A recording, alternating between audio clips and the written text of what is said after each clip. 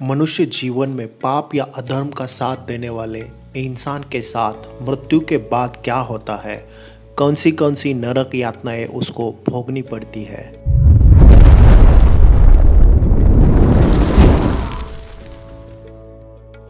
नमस्कार दोस्तों, स्वागत है आपका द एशियंट वर्ल्ड में। आशा करते हैं आप अच्छे होंगे।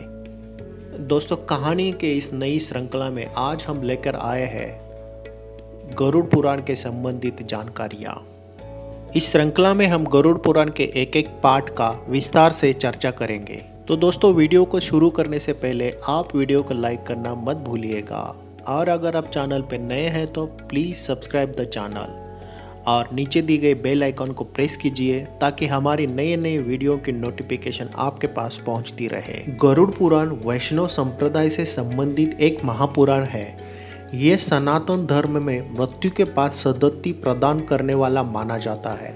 इसलिए सनातन हिंदू धर्म में मृत्यु के बाद गरुड़ पुराण के श्रवण का प्रावधान है। इस पुराण के अधिष्ठित देव भगवान विष्णु है। इसमें भक्ति, ज्ञान, वैराग्य, सदाचार, निष्काम कर्म, महिमा के साथ यज्ञ, दान, तप, तीर्थ आदि शुभ कर्मों में सर्वसाधारण को प्रवृत्त करने के लिए अनेक लौकिक और पारलौकिक फलों का वर्णन किया गया है। इसके अतिरिक्त इसमें आयुर्वेद, नीतिसार आदि विषयों के वर्णन के साथ मृत जीव के अंतिम समय किए जाने वाले कृत्यों का विस्तार से निरूपण किया गया है।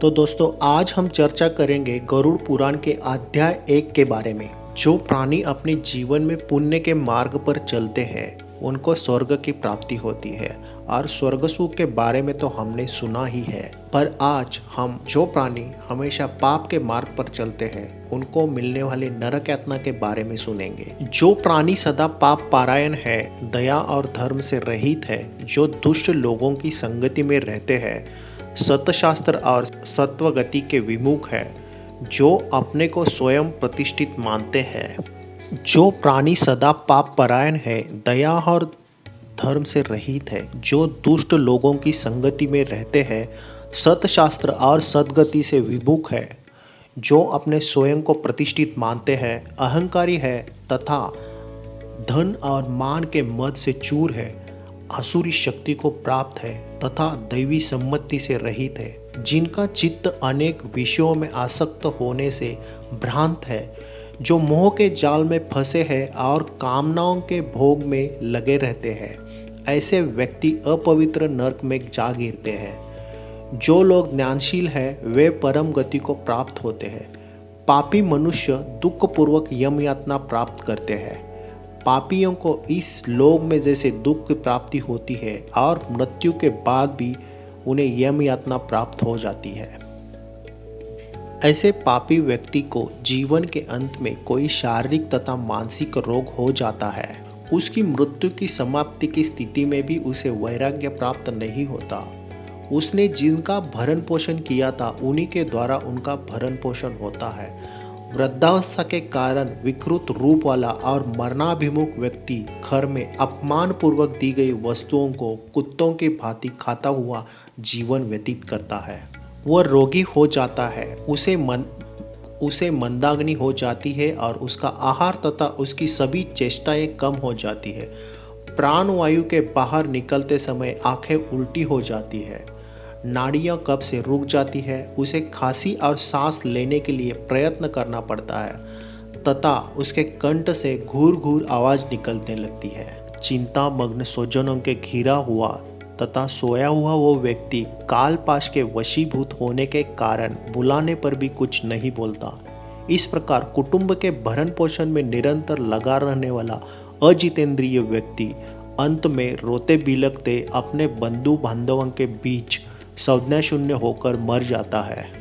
उस अंतिम क्षण में उस व्यक्ति को व्यापक दृष्टि प्राप्त हो जाती है, जिसके कारण वह लोक परलोक को एकत्र देखने लगता है।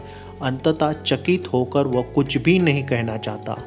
यमदूत के समीप आने पर भी सभी इंद्रियां विकल हो जाती है, चेतना जड़ीभूत हो जाती है और प्राण चलायमान हो जाते हैं।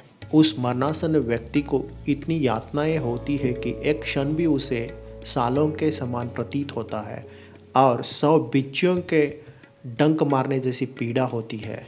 उस समय दोनों हाथ में पाश और दंड धारण किए नग्न दांतों को कटकटाते हुए क्रोधपूर्ण नेत्र वाले यम के दो भयंकर दूत समीप आ जाते हैं।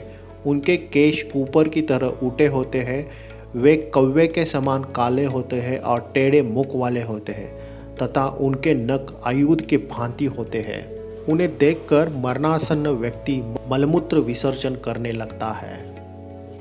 यमदूत वो व्यक्ति को इस तरह ले जाते हैं जैसे राजपुरुष दंडनीय अपराधियों को खींच कर ले जाते हैं। यमदूत उस व्यक्ति को कहते हैं, हे दुष्ट, शीघ्र चल, तुम यमलोक जाओगे।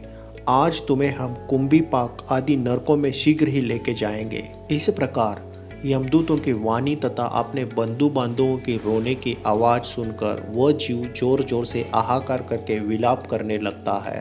उसका हृदय विदीर्ण हो जाता है और वह कांपने लगता है। रास्ते में उसको कुत्ते काटने लगते हैं और अपने पापों को स्मरण करता हुआ वो पीड़ित जीव यम मार्ग पर चलने लगता है। भूख और प्यास से पीड़ित होकर सूर्य, दावाग्नि एवं वायु से झोंकों से संतप्त हुए और यमदूतों के द्वारा पीठ पर कोड़े पीटे जाने से वह जीव बहुत ही व्यतीत हो जाता है। उसे मार्ग में जल या खाने को कुछ नहीं मिलता और कठिनाइयों पर चलता हुआ बिना रुके चल के वह मूर्छित हो जाता है। फिर उठकर उसे चलना पड़ता है और यमलोक जाना पड़ता है। यमलोक पहुंचते ही यमदूत उसे घोर नरक यात्राओं को दिखाते हैं। उस घोर नरक यातनाओं को देखकर यम की आज्ञा के अनुसार आकाश मार्ग से यमदूत के साथ उसे पुनः इस मनुष्य लोक में ले जाया जाता है।